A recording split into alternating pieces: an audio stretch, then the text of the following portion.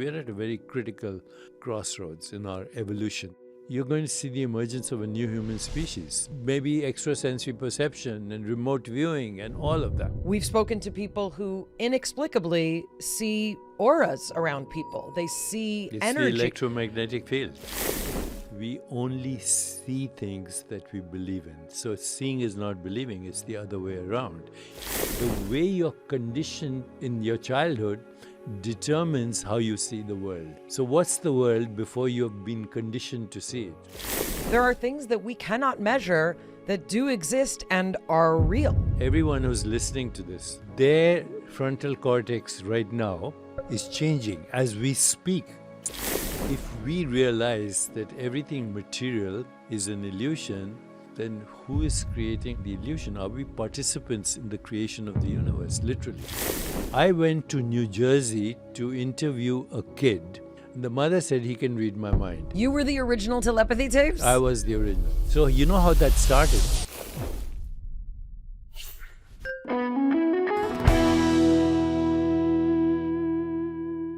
Hi, I'm Mayim Bialik. I'm Jonathan Cohen. And welcome to a very special MBB Explores.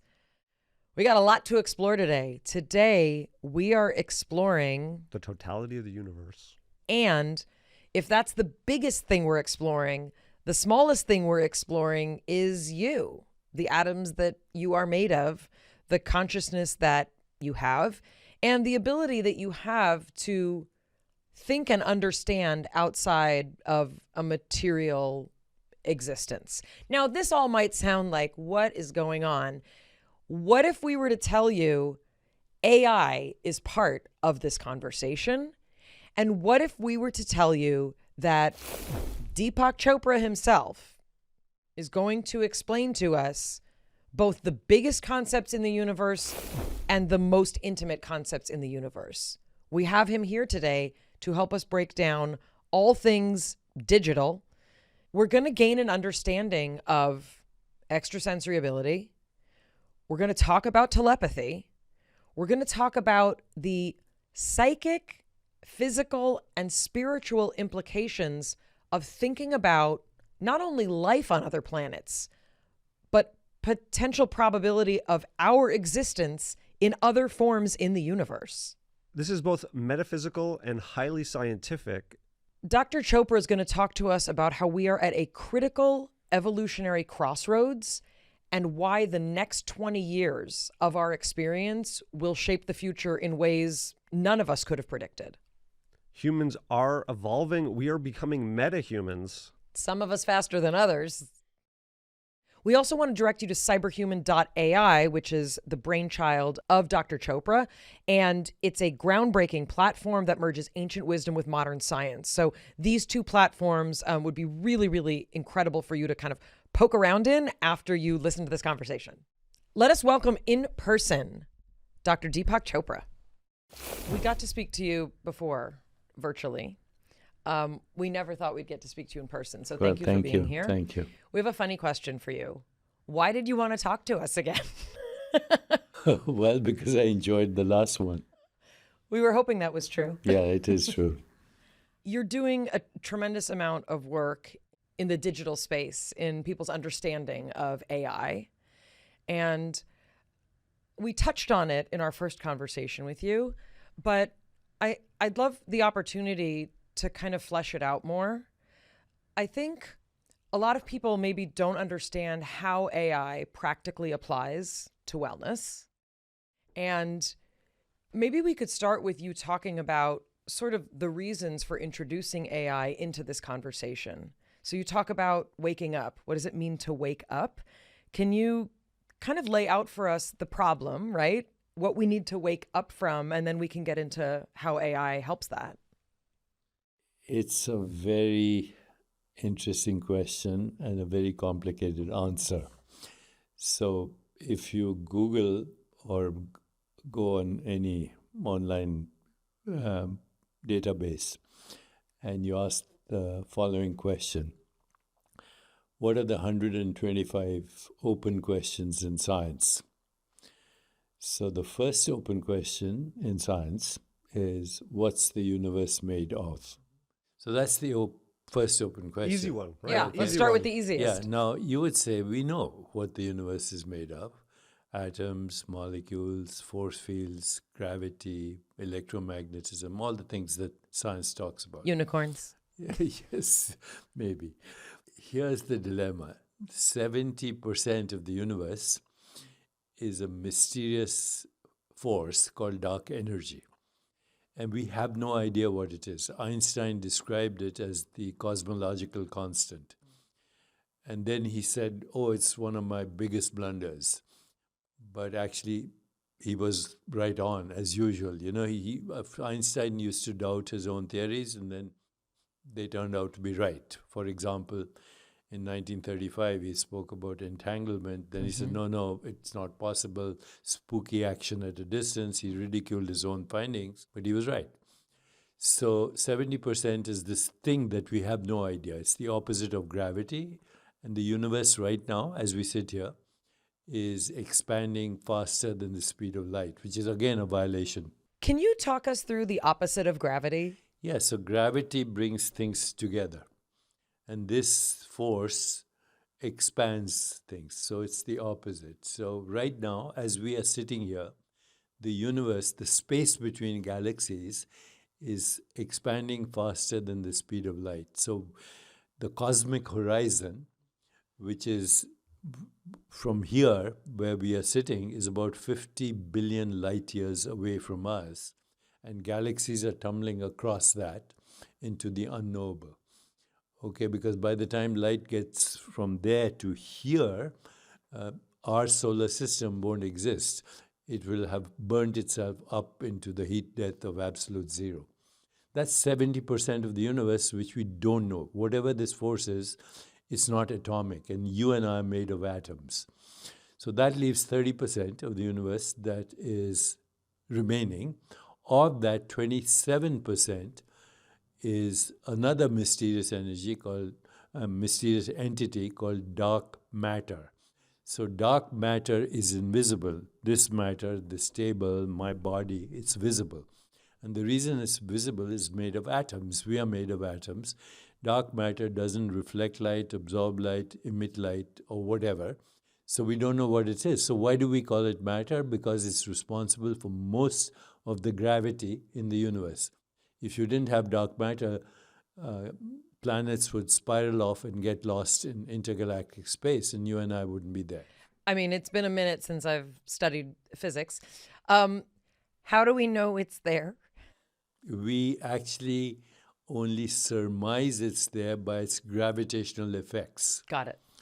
And right now, there are a lot of places in the world that are looking for it through technologies under the ground, and they have a hypothetical entity to describe molecules. It's called a WIMP, weakly interactive massive particles. Okay, but nobody's seen a WIMP. Now you have 3% remaining, which is atomic.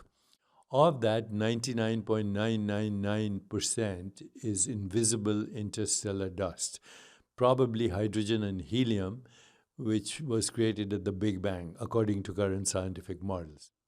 So the visible universe, which is 2 trillion galaxies. What we're interacting with, in theory. Yeah. The visible universe, 2 trillion galaxies, 700 sextillion stars, and according to the James Webb Telescope right now, probably 60 billion habitable planets in the Milky Way galaxy. Multiply that by 2 trillion galaxies, you have habitable planets. The whole universe is teeming with life as we know life. So if a planet is very close to its sun, too hot, too far, too cold, no life. But then there have to be other things like the right amount of gravitational, electromagnetic constants. That visible universe is 0.01%. The rest is unknown or unknowable. Unknowable because if it's not atomic, how do you know what it is? You can't interact with it. Now, here's the problem. The 0.01% that's visible, which is made of atoms, 2 trillion galaxies, as you know, that atoms made of particles, and particles, when you observe them, they have a location in space-time. When you don't observe them, they disappear into waves. Mm-hmm. And if you ask people, what are these waves made of? They're actually mathematical constructs. They don't actually exist anywhere except in mathematical imagination. So bottom line, what's the universe made of? We don't know. And the only guess we have, it's made of nothing. So it's a And free, that's the bedtime story that Deepak Chopra just read to you. it's a free lunch, basically. Now, that's the visible, we don't know what the universe is made of, other than it's made of nothing, which leads to the second open question in science, which is, if it's made of nothing, why does it look like this? Why does it look like you, me, this table, the stars, the galaxies, the mountains, and the... Why do I have so many feelings if we're made of nothing? That's right. So that's called the hard problem for consciousness. David Chalmers, who's coined that word, professor of philosophy now in NYU, formerly Australia, he coined that word, the hard problem of consciousness. But actually, that's not a new problem. It's existed since Plato. So Plato called it the mind-body problem. He was an idealist. He said there's no universe, it's just ideas about the universe we have. And then his student, Aristotle, who was a physicalist, ushered in science, he said, no, the universe is made of stuff. But right now, the latest conversation, which I totally support, by the way, and this is where it gets very kind of mind-boggling, there's no universe. Okay, the universe is a cosmic dream. It's a simulation from a digital workshop outside of space and time. And if you want, the digital workshop is, if you want, call it God or cosmic consciousness or the mystery. That digital workshop is throwing out zeros and ones, and that is what we experience as the visible universe. So the difference between this table, Mount Everest, you, me, a galaxy, is just a different combination of zeros and ones. Right. It's information, it's data. It's data which can be coded as zeros and ones, but also as zeros and ones, which is called quantum computing. Mayim Bialik's breakdown is supported by Symbiotica. Living a healthy life looks different for everyone. For me, it's about taking care of my whole body in a way that makes sense for me by following, I happen to be vegan, following a vegan, gluten-free diet, and making time to move my body in ways that excite me, like Taekwondo or Kundalini Yoga. Symbiotica helps me do just that. We recently started taking Symbiotica's magnesium L-threonate. It's a daily must-have for supporting focus and mood. Their liquid magnesium packets utilize cutting-edge technology to deliver better absorption for better results. That's actually a thing. It keeps us feeling our best, and we're big fans of the yummy vanilla cream flavor. Symbiotica helps you maintain healthy habits all year long, no matter what your goals are. Their magnesium L-threonate supports mood and memory, and their liquid travel-size packets are perfect for when you're on the go. You can just eat it right from the packet. I throw a few in my purse, walk out the door, and I'm all set. Symbiotica is one of the most trustworthy brands out there. They never compromise on quality and sourcing. Their products are free from seed oils, preservatives, toxins, or artificial additives. It's something you can taste and feel in every packet. We are so excited to be starting our journeys with Symbiotica. We worked out an awesome offer for our listeners so you can try their products too. Go to symbiotica.com/break for 20% off and free shipping. That's symbiotica.com/break to claim 20% off and free shipping today.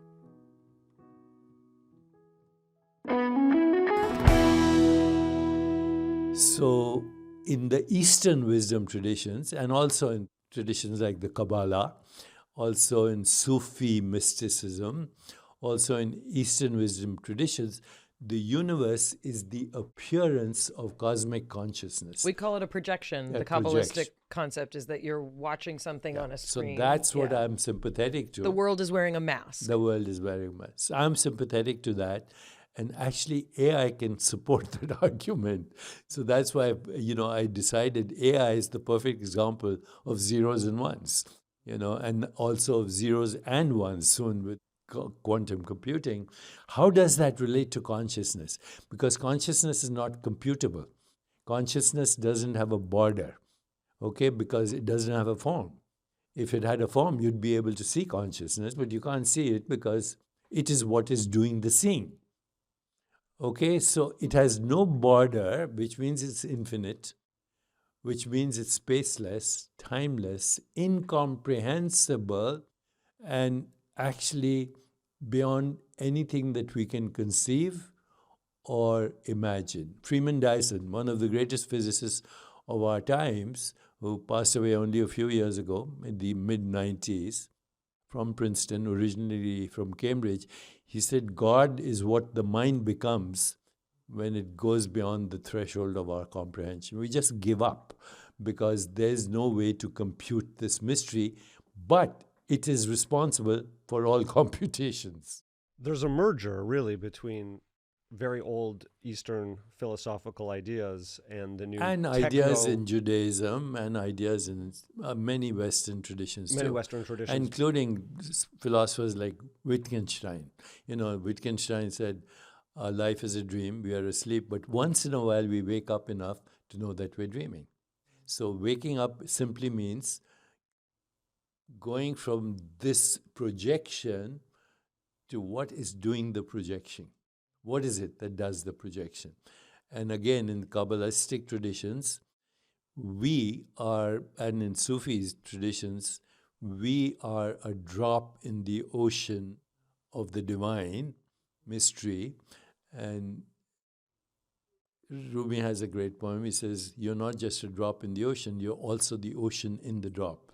Well, there's a fusion happening between current science, people in the artificial intelligence realm who are almost more techno-utopian in their view of artificial reality or life as a simulation, really thinking about it as a video game, and the older traditions that had the mystic elements to it. Yeah, right now the preeminent philosopher scientist on this is a person called Nick Bostrom, and he talks about the universe being a simulation in a cosmic computer. Thomas Campbell, he calls it, like autonomous, unbounded oneness. And 100%. And he's a hardcore physicist who accidentally learned transcendental meditation and was off in another stratosphere as just a young grad student. So he's got it right. He's got it right. He's got it right. And why is this important? Because if we realize that everything material is an illusion, then who is creating or what is creating the illusion? Are we participants in the creation of the universe, literally? Is there something very mysterious about the human species that is very biblically kind of metaphorically expressed as, the apple and the knowledge of the tree of good and evil, that we now have that knowledge. So AI can cause our extinction, but AI can also create a more peaceful, just, sustainable, healthier, and joyful world. So we're at a very critical crossroads in our evolution as a human species. And AI, because it's a large language model, it's not just narrative language, but the language of physics, biology, astronomy, you name it, history, mythology, religion, spirituality. As we embark on this journey, we are going to see a leapfrogging of our cultural and evolution, but also our biological evolution. So 40,000 years ago, according to deep historians, and according to, maybe you've had him, Yuval Harari, he said 40,000 years ago, we left the rest of the human tribe because we had a language for narrative. All the animals, other animals, including other hominins, have a language for just mating calls, food calls, and danger calls. The important stuff. Yeah, the important. That's how we survive. But now we have this language where we can communicate ideas, but now we have large language models which combine narrative with physics, with biology, with religion, with spirituality. So what I'm saying right now, which a lot of people roll up their eyes, is that in 20 years, you're going to see the emergence of a new human species because, and I choose to call it metahuman, because our neural landscape is changing with these large language models. The more knowledge you acquire, the brain networks adjust to that. And then your epigenetic modulation occurs. So we will see a new human species in 20 years. It's funny. I was thinking about this, and obviously I'm trained in neuroscience, so I know. we have to think about these things. Yeah. And, the story that we kind of always tell is it usually comes up when people say, why are so many people autistic? Why do we have so much ADHD? Could the human genome have been affected so acutely, right, in the last 20 years? And we know that a lot of that is diagnostic. It's the way that we're sort of... But also the environment. But also the environment. Absolutely, the environment has changed. I was listening today to a podcast, and they were saying what's changed in the last 50 years, ADHD, autism rates, and the way we treat women's health. The food that we feed the women who are getting pregnant to make the babies, right? So if you look at what could have happened that's significant in the last 50 years, the environment, toxins, food, and kind of mental health care in a rapidly changing environment. So that being said, I was thinking about this yesterday in a very non-scientific way. My father, of blessed memory, he passed away 10 years ago. He was a huge basketball fan. And my father was a New Yorker, and he loved the New York Knicks. So I grew up watching the New York Knicks, Patrick Ewing, all the classic greats. And I was raised on 1970s and 80s basketball. But my father also lived through Michael Jordan. And we would watch all of those games. And I was thinking my father's concept of basketball that he was raised with as a kid, poor kid growing up, right, in the Bronx, it had to change so significantly when he saw the things that this athlete was doing, right? But when you talk about this, when I think about my grandparents who were sweatshop workers who immigrated from Eastern Europe, who never even understood what neuroscience was that I was studying, I couldn't even explain it, right? Their concept of the world, my grandmother grew up with no electricity in the village that she fled, right? The world changed so significantly. So then I think about me, us, and our kids, and the way my child can pick up anything. And if he's never seen how to do this website or application online, his brain has figured it out. And I know that fundamentally, it's not a significantly different brain than 1,000 years ago. But right now, what the interesting thing is, everyone who's listening to this, they're also watching us? Yeah. Okay. Their frontal cortex right now is changing as we speak. So they could be in England or in China, and their genetics is being affected in this part. Now, if we were talking, and since you're a neuroscientist, we were talking about something very emotionally distressing or whatever, then their reptilian and emotional brain would be activated and the neural networks would change. So every experience modulates our gene activity and our neural activity.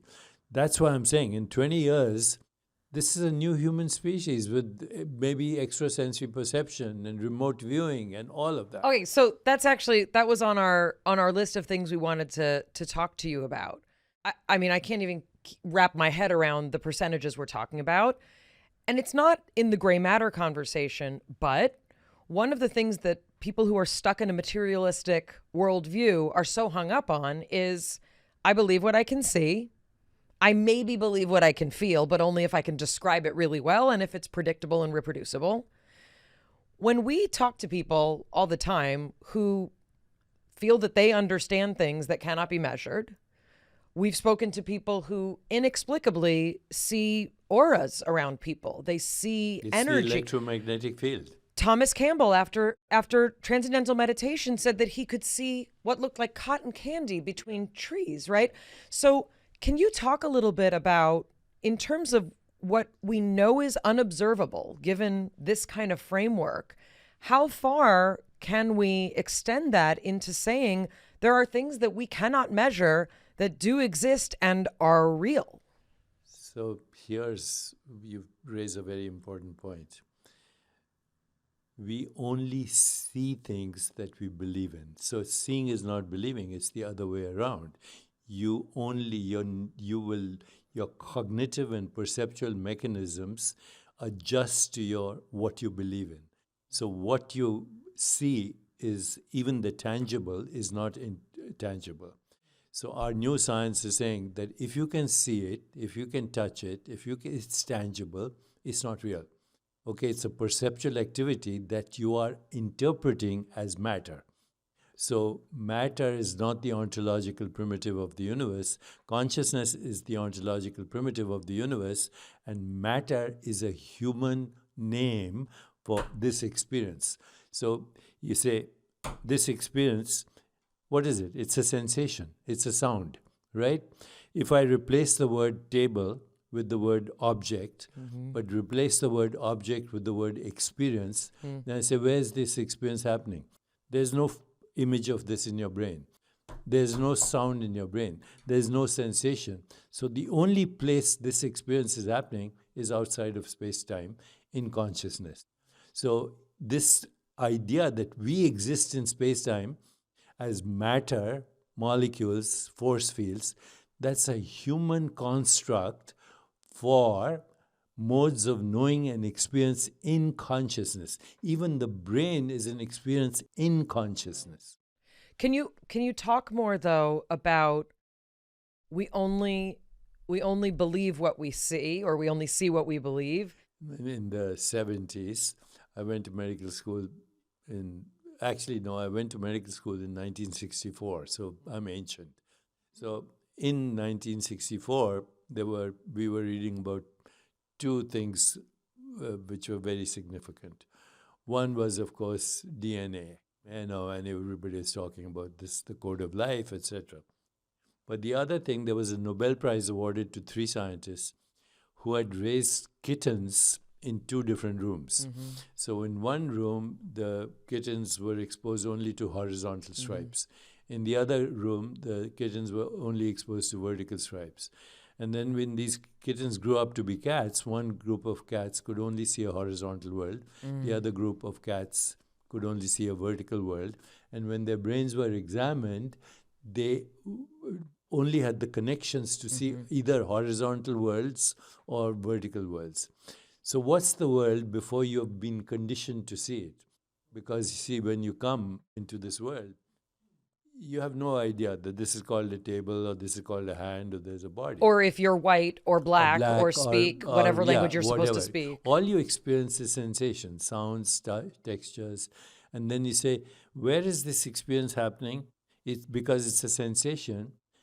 And the sensation is a modulation of consciousness, modulates itself into a sensation in order to experience itself. And the sensations are species specific. So, if you have a dragonfly has 30,000 eyes, it can see 360 degrees vision. A snake experiences infrared. A bat experiences the echo of ultrasound. What's the world really made of? It's a silly question. It's actually, the world is not made of anything. It's made of nothing, and therefore infinite possibilities. Right. Infinite possibilities. The way you're conditioned in your childhood determines how you see the world. Say that again. The way you're conditioned in your childhood. So the conditioning, economic, it's ethnic, Emotional. it's emotional, it's religious, Spiritual. it's spiritual. All that conditioning is, through that conditioning, we see the world. And that conditioning becomes a belief system. There's a beautiful poem by William Blake. He says, we are led to believe a lie when we see with and not through the eye that was born in a night to perish in a night while the soul slept in beams of light. So the soul is in those beams of light, which can see through the belief into the world of infinite possibilities, the mind of God. Mind Bialik's breakdown is supported by Alloy Women's Health. Aging can be, let's put it plainly, crappy. Problem sleeping, hot flashes, brain fog, weight gain, decreased libido can hit us pretty hard. Menopause is inevitable, but it's also treatable. We just found out that almost half of women went 3+ years before seeking relief from menopause or perimenopausal symptoms. Why would we do that to ourselves? It's because 43% of women reported that their doctors just never even mentioned menopause hormone therapy as an option for treatment. Another 40% didn't know where to go for a solution. Alloy can help you live your best, healthiest life through menopause and beyond, offering unlimited access to experts and safe science-backed treatments for your symptoms, skin, hair, and sexual wellness, delivered right to your door. Everything's done online from the comfort of your home or anywhere. No waiting for an appointment or in line at the pharmacy. Alloy's fast, accessible, and their treatments actually work. So how does it work? Alloy solutions are available by prescription, so you'll need to complete a short short medical questionnaire and patient verification. Then you'll work with a menopause-trained physician to finalize a personalized treatment plan tailored to your specific needs. Once approved, Alloy ships a 3-month supply of your prescription directly to your door with automatic refills. So many women are not getting the menopause care that they need. Alloy is ready to step up to the plate and help women where they need it most. And I just think it's so incredible. I cannot recommend Alloy enough. Join the 95% of women who tried Alloy and saw relief in the first 2 weeks. Head to myalloy.com/break. Tell them all about your symptoms and you'll get a fully customized treatment plan. You'll also get $20 off your first order today. Head to myalloy.com/break and enter code BREAK to get $20 off your first order.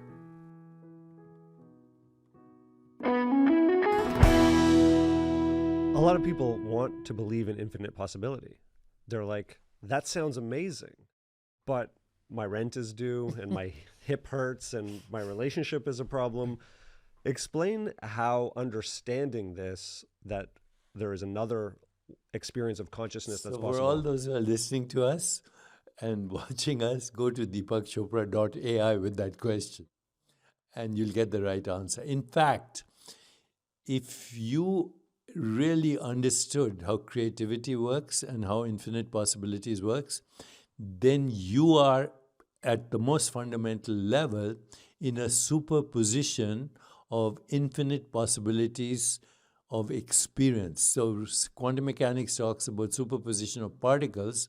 Qualia mechanics, which is the new science, the experience of awareness, qualia means quality of experience, also exists in infinite possibilities of superposition. So before you have, if I asked you, tell me what your next thought is going to be, you can't.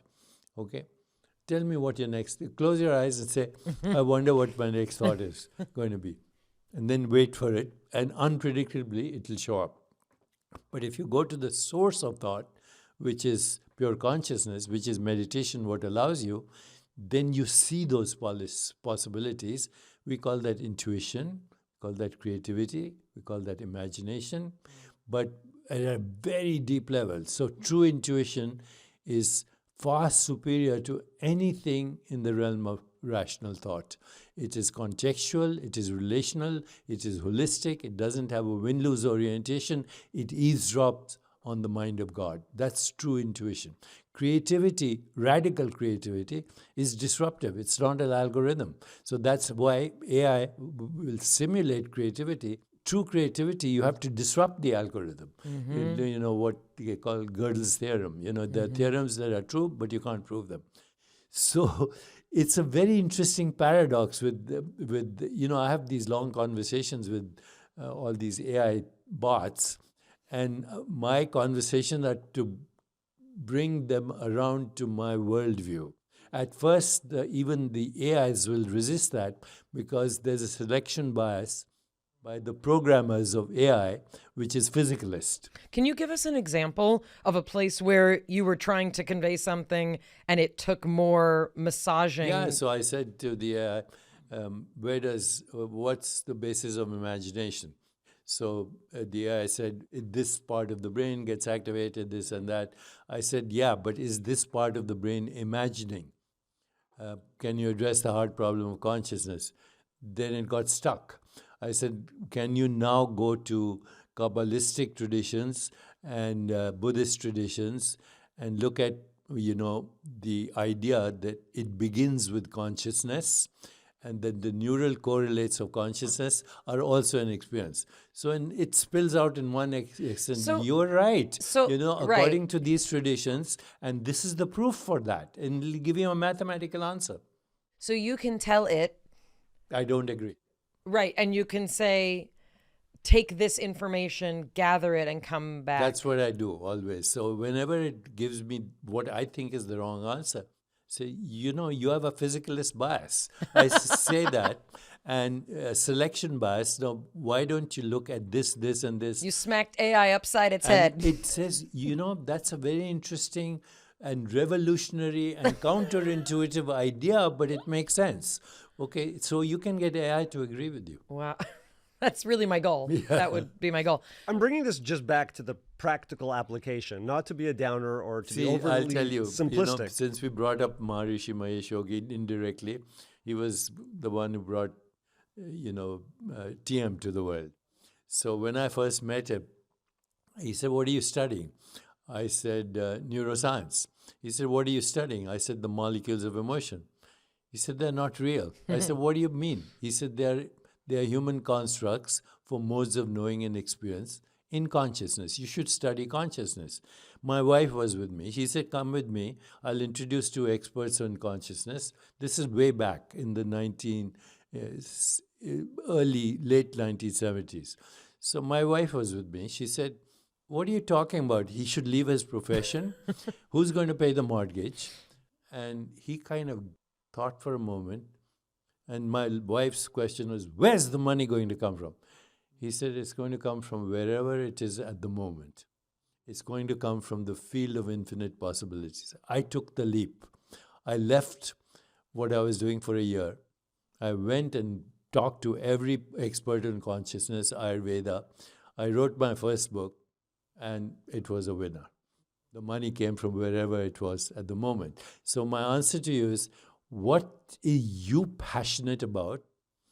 What actually really moves you?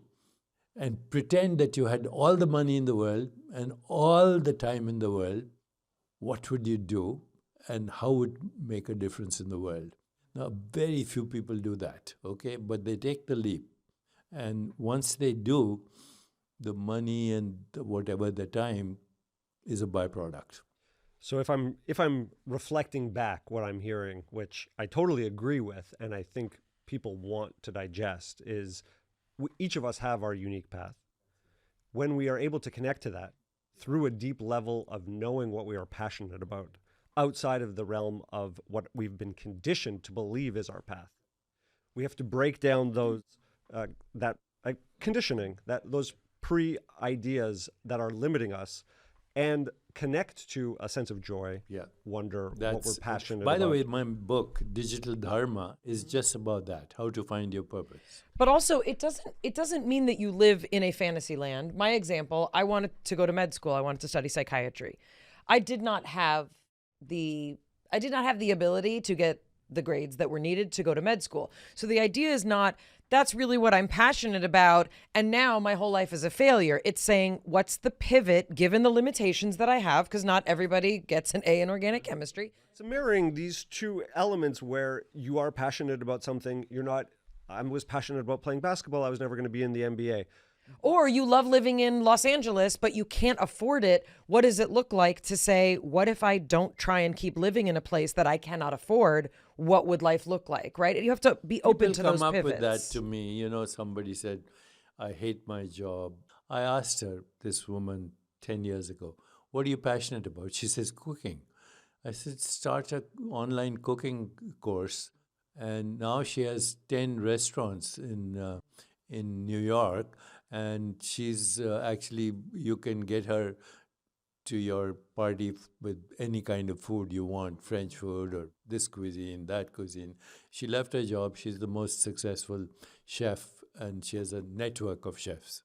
And at some point, that woman believed that the way to make money was in tech, and that was safe, and that was protective, and she had to break down that pre-idea of what was possible for her. And then what we're saying is, once we have an infinite mindset, we will have an intuition and guidance. You'll have an intuition and guidance. When you have that mindset, nothing is impossible.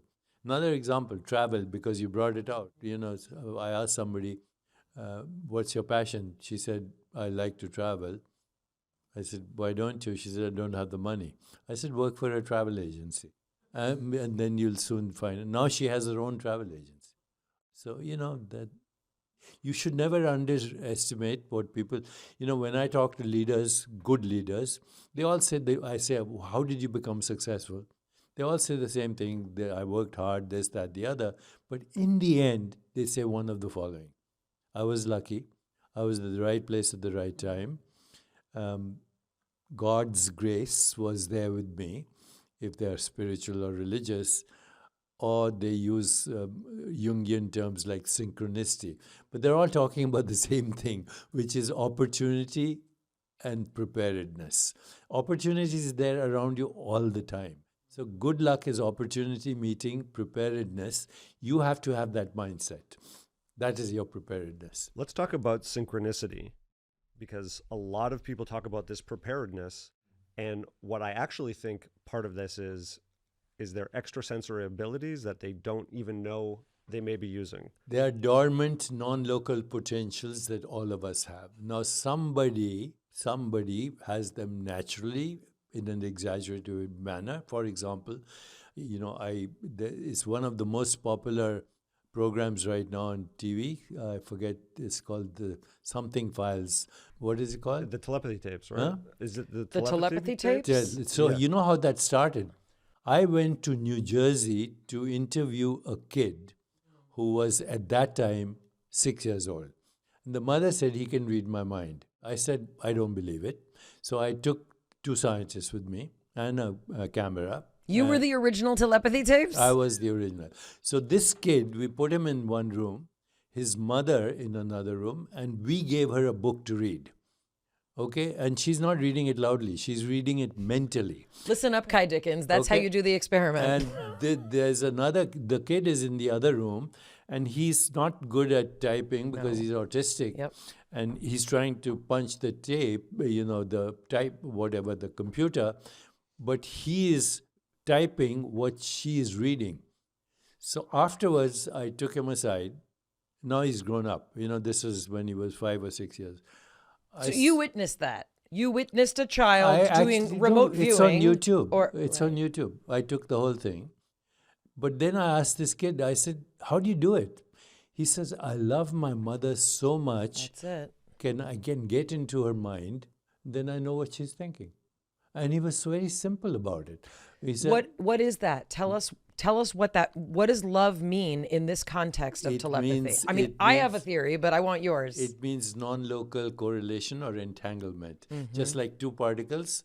If you have 2 particles, let's call them Alice and Joe, and they're doing a tango together, and they're in love. And then Joe goes off, one direction in the Milky Way galaxy, she goes off. But every time Joe moves in a certain way, she moves in a certain way. And there's no distance between them. It's immediate. They're one. That oneness is love. Okay, so Rabindranath Tagore, an Indian philosopher, sage, poet, he said, love is not a sentiment. It's the ultimate truth at the heart of creation. The ultimate truth, where subject and object are one, where lover and beloved are one, where seer and scenery are one, at the heart of creation. 3 years ago, the Nobel Prize went to entanglement of particles. But what I'm saying is, this thing that we call love, ultimately, is the entanglement of souls. And, it's a level of love that is way beyond anybody can do. But if you have that level of love, not just for a human being, for a pet. Oh, now there are many studies. Rupert Sheldrake. That's right. We keep talking about where him. the dog knows what the dog companion or owner is doing. When they're going to come home. Yeah. Yeah. So, and even parrots. There's a study on a parrot in Kisi who can read minds. So, the fact is, and in the Yoga Sutras of Patanjali, chapter 3 is devoted to supernormal abilities, which are the yogi, who's the original yogi of the Raj Yoga. He says that these are distractions, but they do prove that consciousness is a field of infinite possibilities. I'm putting out a course on that in 2 months, by the way, online, on how to harness psychic abilities. I don't like the word psychic. It has a bad rap. Yeah, it has so non-local, dormant human potentials. It's not as catchy, but you're Deepak Chopra. You can do what you want. It's the right word. Non-local correlation or entanglement.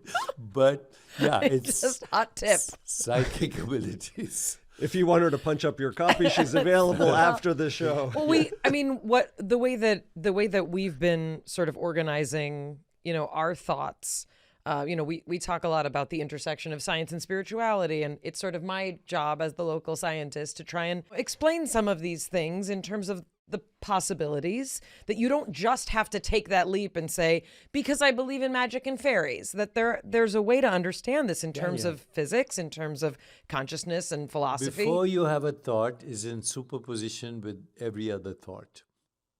Your next thought is uncertain. Thoughts take leaps of imagination, quantum leaps they move from here to here without going through this. Everything about consciousness we know follows the principles of quantum mechanics. Everything. I want to zoom in a little bit on love, because I also wanted to zoom in on God. And for many people, God is love. For many people who have transcendental experiences, psychedelic experiences, they have an overwhelming and sometimes even foreign to them notion that there is something, right?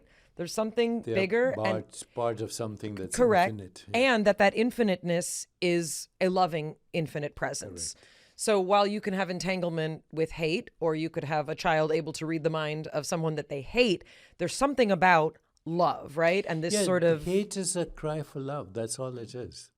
So hate is a desperate cry for love. I love that.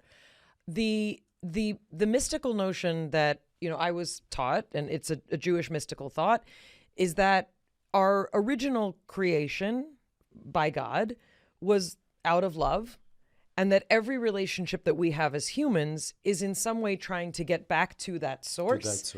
And that if Ein Sof.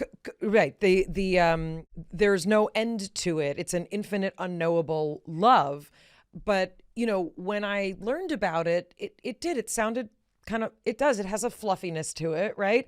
And the notion that the way that it's described is that if God stops thinking about us for a second, we cease to exist. That our existence and our awareness is because of a God consciousness. You are in God's dream. Right. Yes. You're in God's dream. So God is dreaming you right now. Can you talk a little bit about what it means to think of love, not just as an interpersonal love, but as a presence and a source of our existence? So there's a book called A General Theory of Love by a neuroscientist in San Francisco. So what they say, these are neuroscientists. So when two people are in a loving relationship, or it doesn't have to be two people, it can be a dog or whatever, but there's a healer and a healee. And there's this experience going on of healing. If the healer lovingly pays attention to the patient or client, then there's something called, and you would know this, limbic resonance that happens. The emotional brain of the two start to resonate together. Then the healer's limbic, so that's level one, limbic resonance. Second level is the healer starts to regulate the patient's nervous system, neural networks, just by loving attention. Even without touching them. Without touching them. Attention, which means listening. Affection, which means I care. Appreciation, you're unique. A unique timeline of the universe. And an acceptance. I love you irrespective of who you are. Attention, affection, appreciation, and acceptance. So then limbic resonance turns into limbic regulation. The neural networks start to rewire, and the last stage is limbic revision. Your brain changes. And You've just described healing. You've described energetic healing. You've explained the reason why healers claim that they can talk to you on the phone. Correct. And heal you. Yes. And that's non-local correlation. You've done your work for the day. You can go home. Entanglement. Thank you. Goodbye. Again, if I'm summarizing, we just said telepathy is real, that Non-local correlation is real, yes. Non-local correlation. Do you have something against the word telepathy? Do you feel like it's... No, I think it's good. But you see, these words are tainted sometimes because of people. So, Pre-ideas of we them. know that people have psychic abilities, but then there are people who don't have them and they talk about them, and that's a danger. You see, you have to really see what is legitimate and what is not. And you have to have an open enough mind to have these conversations, which a lot of people claim that they know everything, and I'm a scientist or I'm a materialist, and this is all BS. Whatever you know... Talking to you, children of mine. Whatever you know actually is a evidence of what you don't know. The more you know, the more you realize that there's much more that you don't know. And then there's even more that you don't know that you don't know. That's why, Socrates' words, know thyself. You start from there. We all have extrasensory abilities. The potential for miraculous healing is possible. Yes. It's homeostasis. It's self-regulation. And we're all moving towards that no matter what state we're in. We're all trying to get back to a level of homeostasis. We can all have a level of intuition and synchronicity to get on the right path to meet the opportunity that we're prepared for in a way that many of us... By the way, all these things require removal of your ego identity. You have to have a higher intention. It's not about me. Okay? Not about me achieving. It's looking for the fact that I want to align... the source. Tapping into the source to align with a higher purpose or my higher purpose. Or the higher being, whatever that is. The mystery that we call God. So one of the biggest steps is to move beyond our limited in our brain thinking and try and tap into it. I've described it and we've heard others describe it as there's a vibration that you want to get out of your own internal self and try and... Everything is a vibration. So you're right. Your body is a vibration. Even your mind is a vibration. Thoughts come and go. Your body at the most fundamental level is an on-off switch, which now we know is epigenetics. So you're right, absolutely, it's a vibration. So one of the things I wonder if you can talk us through, and I know it's simple, especially for Westerners. We were introduced to yoga, and we think that means you put on, your sexy pants and you go to a class and it feels great and you sweat it out. The practice and the implementation of yoga is only partly what we know of, which is poses and that kind of thing, which often in yoga classes you are taught some breathing and maybe some meditation depending on the type. For those of us who like Kundalini, there's specific mudras and there's mantras that we use and other forms of yoga as well. But can you talk a little bit about... And I love your videos when you do yoga poses and teach people things. They're some of my favorites. I'm 78 plus. I know. This is what I love. I just love them. But I wonder, a lot of people don't know how to get quiet in their body and in their mind. And part of the practice of yoga is a journey to helping us do these things. I wonder if you can explain to someone who doesn't know what it feels like or how to start on the road of how to get quiet so that you can start letting some of the noise go and feel into your intuition. Let me do an how do you do it? with you two. Okay. And those who are listening to us, Okay. they can join the experiment. Great. Okay. So guys, please follow the instructions very carefully. Okay. Okay. It's not that complicated. You don't have to. I don't have to take my shirt off like you do in your no. videos? Okay. Yeah. Simple question I'm asking you. Okay. Are you enjoying this conversation? Very much. I mean, I have one more thing to ask, but Yeah, yes. But yes, okay. So now what I'm going to do, and guys who are listening and watching us, do the same.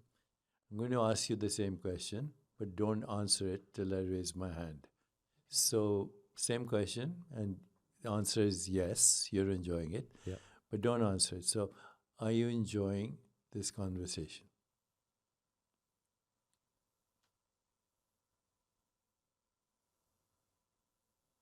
Yes. Yes. So the question is a thought. The answer is a thought. In between is you, consciousness. I felt it. Like right. I felt... Because you were just holding that stillness Right. for a second because you hadn't... That's God's mind.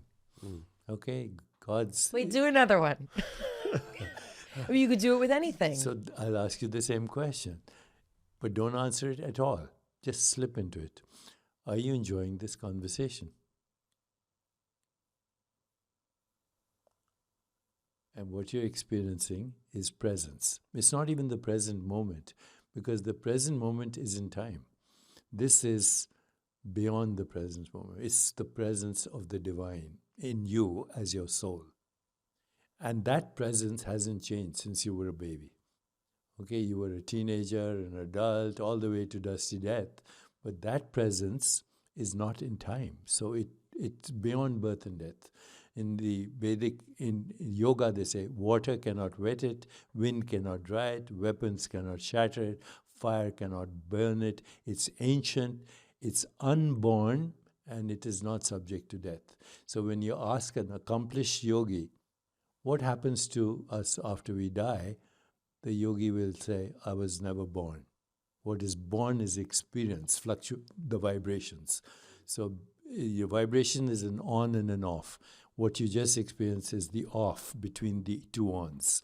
In the off, God's mind. God's mind. God's mind is silence. Everything else is poor translation. And there are many ways to do that. Now, well, that's what I was, yeah. About yoga, just to clarify yoga, there are 8 limbs of yoga. So the first 2 are social intelligence and emotional intelligence. The third is what you go to yoga class for, which is very brilliant, because the original intention of the yoga postures, there are about 35 standard postures: sitting postures, standing postures, lying postures, twists, forward bends, backward bends, period. So each posture is a seat of awareness.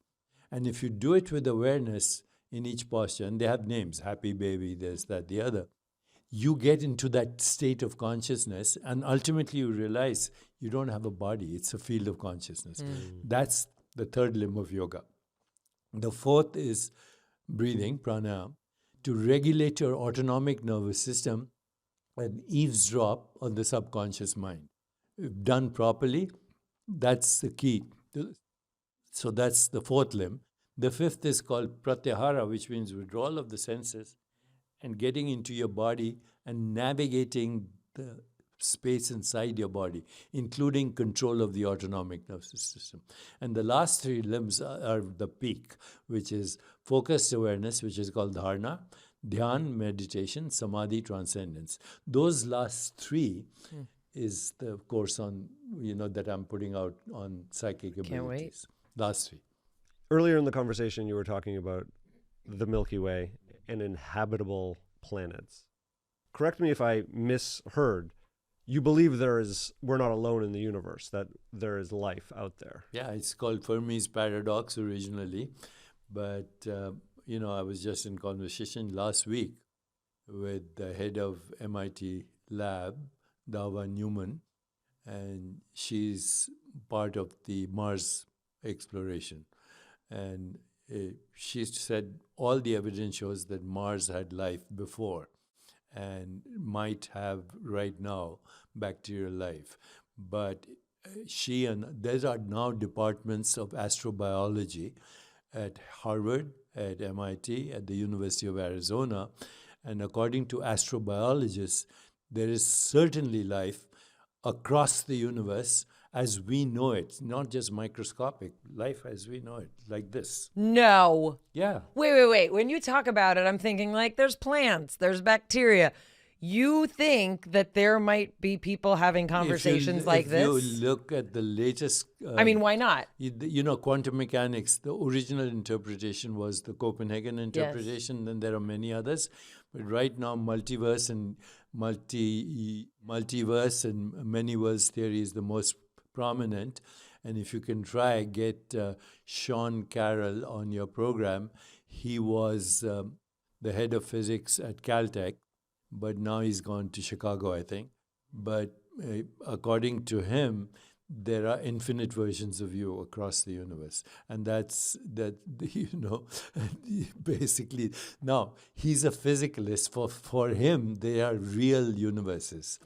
But for us, they're all in the imagination of the divine. thank you so much for Thank being you. here in I person. Thank enjoyed you it for thoroughly. including us in your life and this iteration Thank of you. everything you're bringing to humanity. And Thank you. Yeah, thank you. On my bucket list of things I wanted to have happen in the universe, having Deepak Chopra explain God, love, aliens, telepathy, and psychic ability, that we just covered it. I mean, I think we're his favorite podcast. I don't know about that. That's what I heard from this episode. When I first started exploring, Deepak Chopra.ai, I was a little bit confused. I didn't really kind of understand. And we talked a little bit in our first episode, but when I talked to him today and when we got to sort of connect with him this way, a lot more things kind of lined up in terms of how to use the capabilities to get at those deeper questions, that AI is something that we interact with. It's not this sort of, monolithic thing that is shaping our reality. It is part of the reality that we are shaping as partners with it.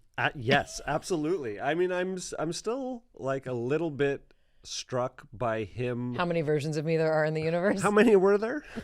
I need to re-listen to this. I mean, I'm fascinated by that. I'm fascinated by him being the OG of telepathy. And he describes an experiment that is pretty profound. Well, I mean, for the same reasons that it's okay to have skepticism about, single reports, for sure. But the way that he explains it, that the connection that someone needs to have with another person to, quote, read their mind, is not dissimilar from what healers describe, from what intense meditators describe. When you can get quiet, you can tap into other forms of your own consciousness. And we didn't get to ask him about the collective consciousness, but he effectively confirmed that there is a collective consciousness if you are then able to tap into that. And love's the answer. Like, that's the take-home message. Love is the answer. Love is the way that people can communicate in ways that are beyond the material world. I mean, yes, there's so much here that it feels almost hard to start to even like talk about it, because, what I was thinking while he's saying is this is the philosophical explanation of extrasensory ability, developing your intuition, or learning, when he talked about how yogis will say, oh yes, of course remote viewing exists, or you can predict the future, but those are only examples to show that consciousness exists in a non-material plane. Right. I'm thinking about Jill Bolte Taylor, and when her left hemisphere went offline as she was having a stroke, what she started seeing was essentially pixelation. She started seeing energetic movement. Like, that is all that's happening, is kind of the way to frame it. So it doesn't matter if Aristotle tries to describe it, or Jesus tries to describe it, or yogis try and describe it, or someone on mushrooms tries to describe it. Philosophy, quantum mechanics, the spiritual experience, it's all the same. And if you're taking one step towards that, drugs. No. If you're taking one step towards that, it's opening your mind to the idea that it's possible. When he says that we don't see what we don't believe, the first step to changing your life radically and experiencing a limitless experience, or the ability to manifest or create the life you want, is to really start to imagine the possibility that it can happen. And I'm going to give the super practical take-home message. That means you have to learn how to breathe and start paying attention to your body. That's it.